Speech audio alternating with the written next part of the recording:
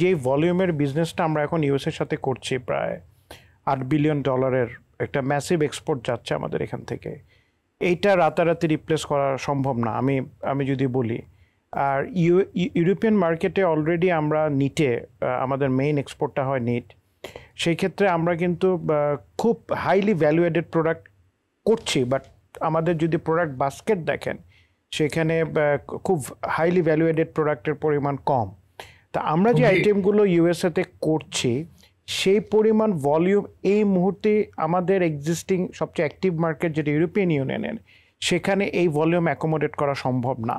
আমার জানা মতো অনেক ইন্ডাস্ট্রি ফ্যাক্টরি আছে যাদের এক্সপোর্টের 90% ইউএসএ তারা এক্সপোর্ট করেন। সো এই জিনিসটা কিন্তু রাতারাতি রিপ্লেনিশ করা অসম্ভব, কারণ এই খাতে আমাদের যে ইনভেস্টমেন্ট, আমাদের যে ক্যাপাসিটি বিল্ড আপ করেছে, এটা এই মুহূর্তে এই অল্টারনেটিভটা চিন্তা করার সময় আমার মনে হয়, আমি জানি না ভবিষ্যতে বলে দিবে, কিন্তু এই মুহূর্তে অ্যাপারেন্টলি আমার কাছে মনে হচ্ছে না যে there is another alternative market আমরা এক্সপ্লোর করেছি, যেটা আমাদের ওয়ান অফ দ্য বেসিক দুর্বলতাই বলতে পারেন যে আমরা করতে পারি নাই। সেটা হয়তো আমাদের খেসারত দিতে হতে পারে, কারণ অলরেডি আমরা সেই আওয়াজটা শুনতে পাচ্ছি আমাদের আলটিমেট বায়ারদের কাছ থেকে, যে ওরা বলছে তোমরা শিপমেন্ট হোল্ড করো, শিপমেন্ট ডিলে করো, তুমি আমার সাথে ট্যারিফের ক্ষেত্রে কি পরিমাণ পার্সেন্টেজ শেয়ার করবে সেটা জানাও।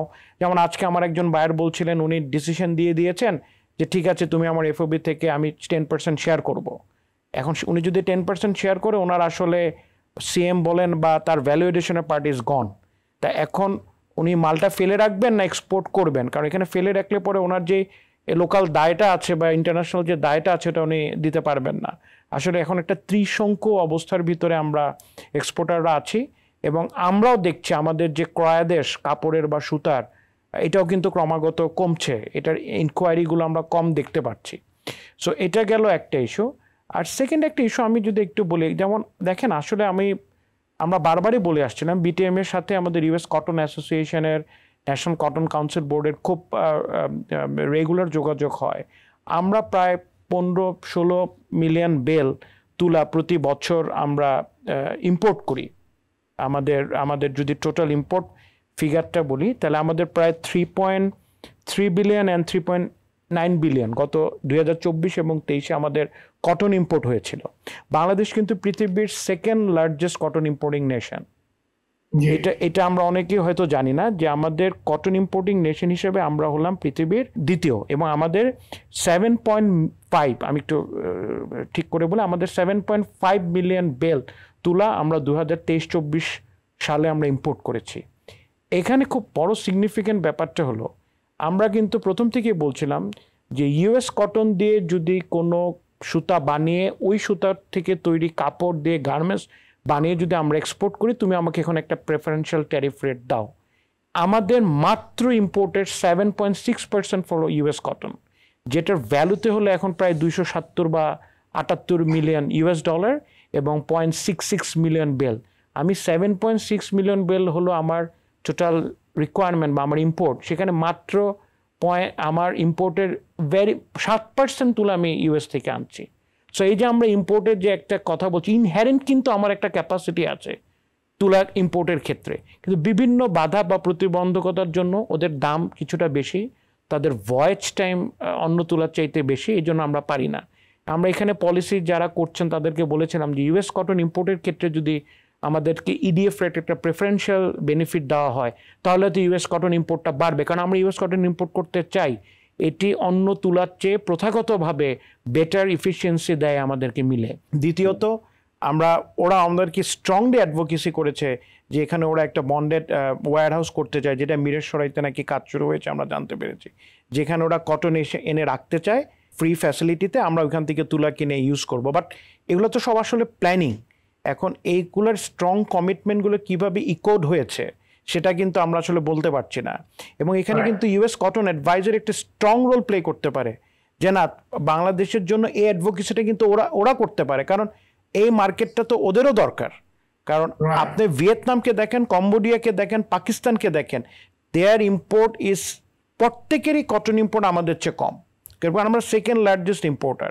সো এই যে কিছু নেগোসিয়েশন টুল ছিল, এগুলা কিন্তু আমাদেরকে যে অ্যাডভান্টেজগুলো দিতে পারতো, আমরা কত ইফেক্টিভলি এটা ইউজ করতে পারছি এটা আমরা এখনো জানছি না বা জানতে পারছি না। কিন্তু এটা কিন্তু আমাদের প্রায় $4 বিলিয়ন মতন আমরা ইম্পোর্ট করি, সেখানে আমাদের মাত্র 270-75 মিলিয়ন ডলার ওইখান থেকে হচ্ছে ইম্পোর্ট।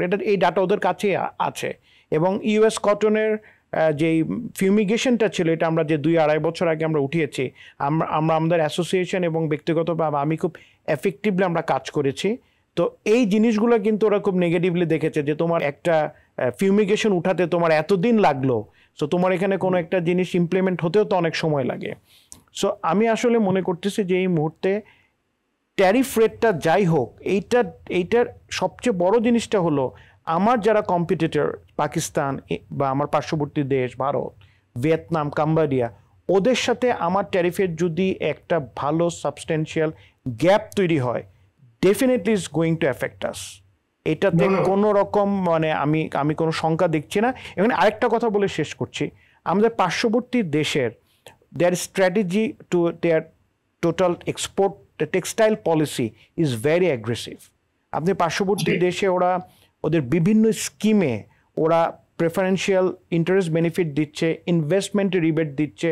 ওরা কিছু কিছু প্রদেশে 4,000 রুপি থেকে 6,000 রুপি পর্যন্ত তারা ওয়ার্কারের বেতন শেয়ার করতেছে to promote there garments industry in that country.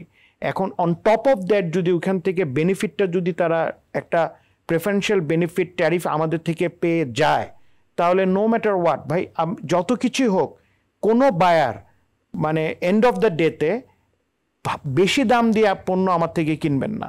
হ্যাঁ, আমার capacity will give me an advantage, কিন্তু বেনিফিটটা যদি আমাকে ধরে রাখতে হয়, এক সময় গ্র্যাজুয়ালি কিন্তু উনি অর্ডার কমায় অন্য জায়গাতে ক্যাপাসিটি উনি বিল্ড আপ করবেন এবং ওই জায়গায় অর্ডারটা শিফট হয়ে যাবে। এই আশঙ্কাটা এখন আমরা বেশিভাবে করছি যদি এটার একটি লেভেল প্লেইং ফিল্ড টাইপের সলিউশন না বের হয়ে আসে।